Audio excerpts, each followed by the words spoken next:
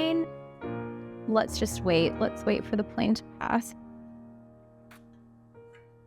Last week, I had a quiet week of really fully showing up to my painting. And when I say quiet, I mean I didn't capture anything. I didn't think about capturing anything.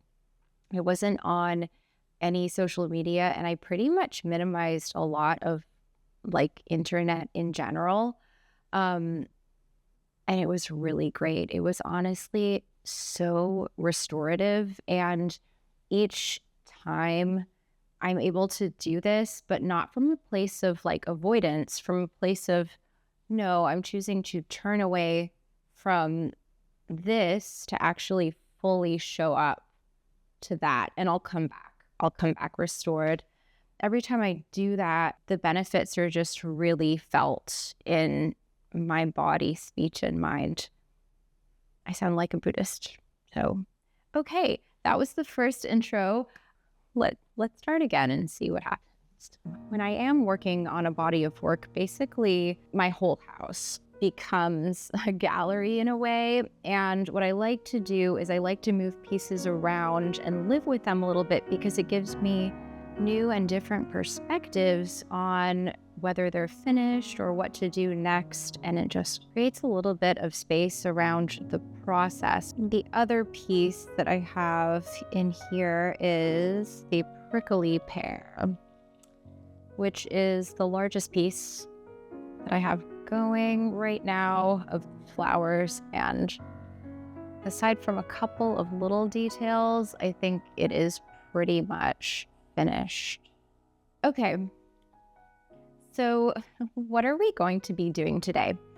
After having my week of restoration last week, totally off the internet, totally off of social media, but totally in both of my practices of art and Zen, and just spending some really quality time with this body of work that I'm creating, I have a number of works in progress. So we can take a look at some of these, because I definitely am seeing some different themes and different ways of painting flowers emerging, which is really lovely.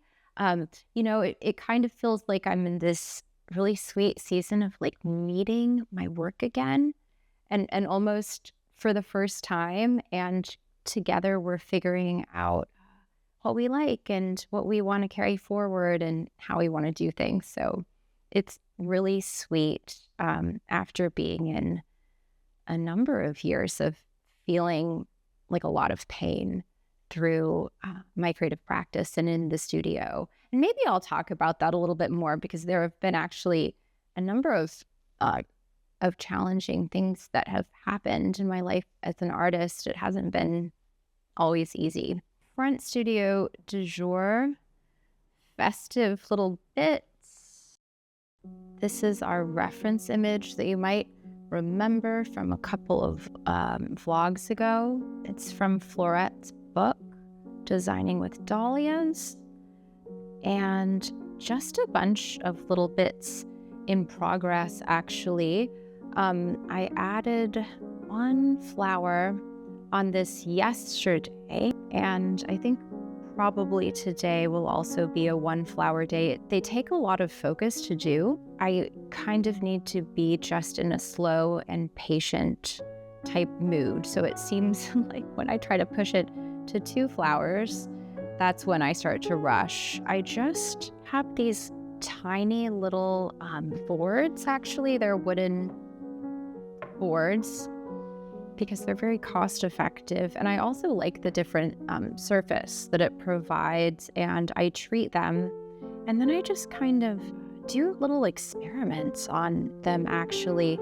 I've got a whole bunch down here in different colors. And sometimes before I start painting one of my pieces, I'll just sort of take one of these out and, do some experimental strokes on these. And a lot of times what happens there will inform the collection. We have a visitor. Hello. Football. Nice feet.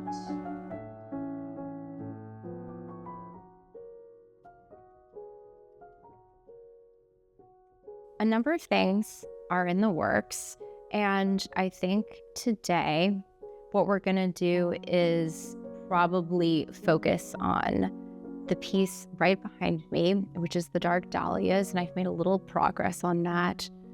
And we might also add a couple of finishing touches on some other pieces. So let's begin. Lunch break. Ooh. Doesn't this look yummy? It is beef stew with roasted delicata squash and quinoa and kale.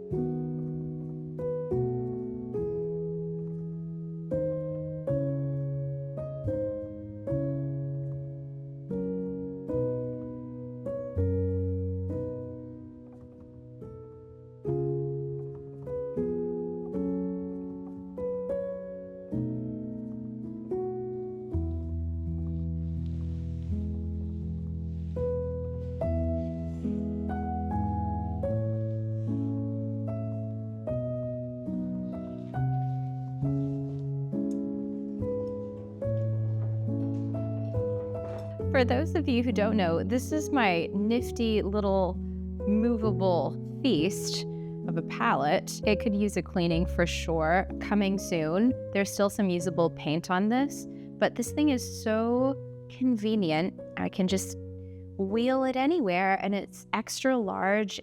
It has storage space at the bottom. And our piece du jour with our reference image right here. I never try to take too directly, but I think you can certainly see the inspiration. And I actually usually use a number of reference images for my pieces for different parts. So today, what I'm looking for in the references is to find a flower to place either there or there. I've got to stand back for a bit and kind of see. That might be a nice one. Ooh, what about her? Let's go with her.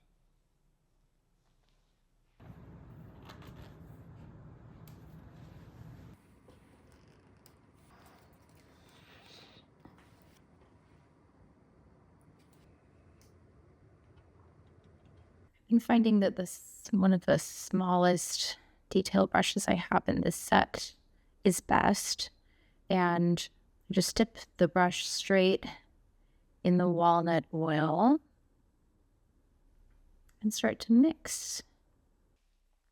The one thing I will say about having such a full palette is a lot of times I will put down my little dabs of paint and then I'll lose track of which ones they were.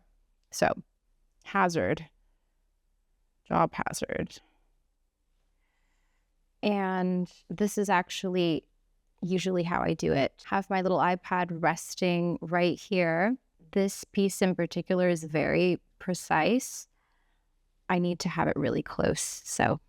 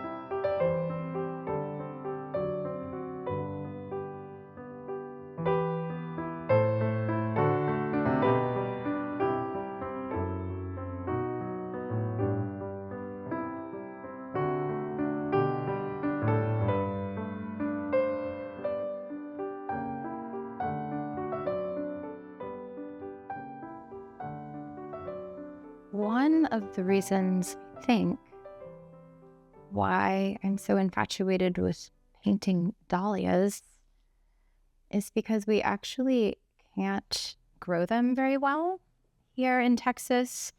You can, but it's pretty hot for them. They're a little compromised and quite dry. Painting them almost becomes a way of getting to know them. I better stop talking because I'm starting to lose my focus. But I am curious, can you guys grow dahlias? Do you grow dahlias? They also, one of your favorite flowers. I just find something about them to be absolutely captivating.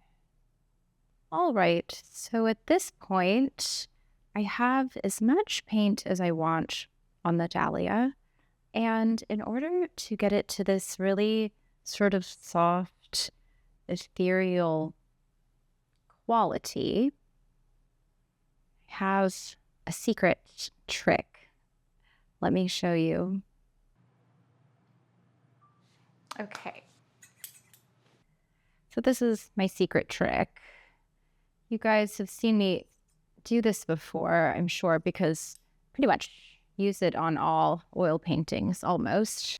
It is just gauze. To get this really sort of soft, blown out effect, suddenly I feel like I'm giving a haircut. I go around. I just create some softness. Yes. I almost build out the petals with this gauze.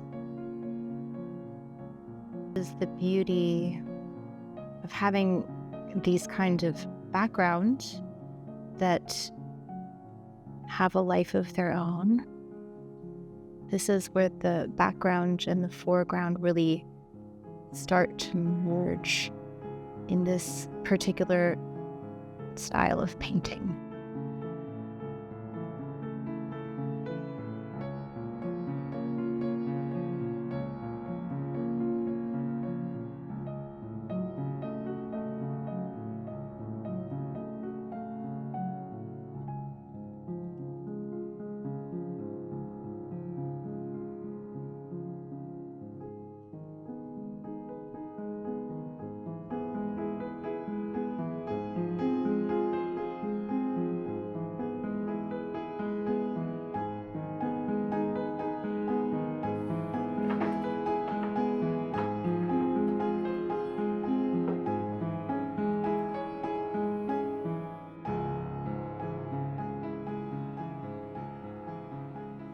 And are you ready? This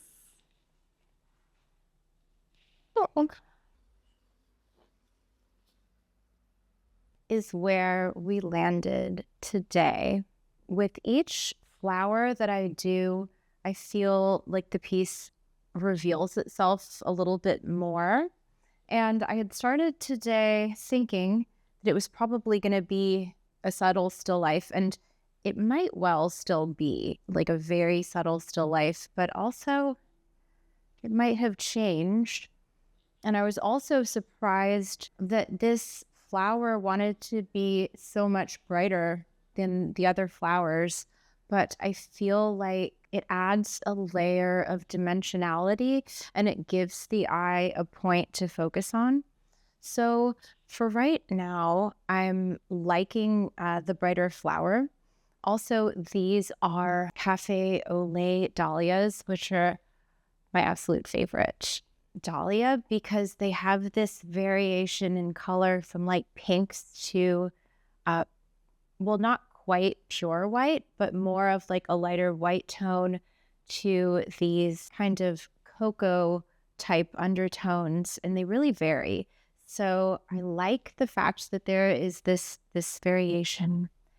And let's go ahead and put this back on the easel.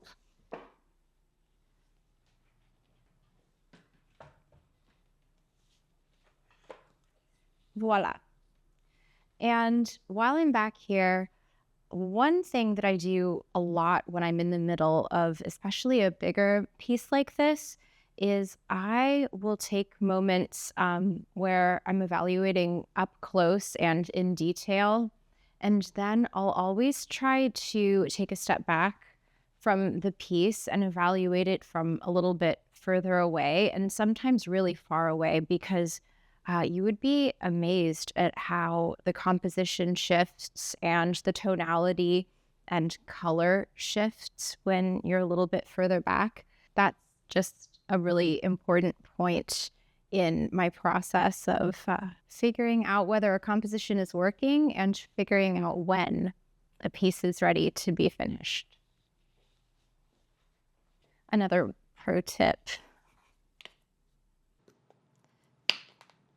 a must. And that is another Monday in the art studio. As usual, would love to know what you guys have going on in your creative lives. And also, since this kind of way of creative restoration is so alive for me right now, I'm wondering if that's also something that you guys are experiencing in your practices and whether you have any particular restorative things that you're doing these days in this world that is very challenging and very hard. So I hope that you are having a wonderful and beautiful fall, and I hope that you enjoyed spending this little afternoon with me. So until we meet again.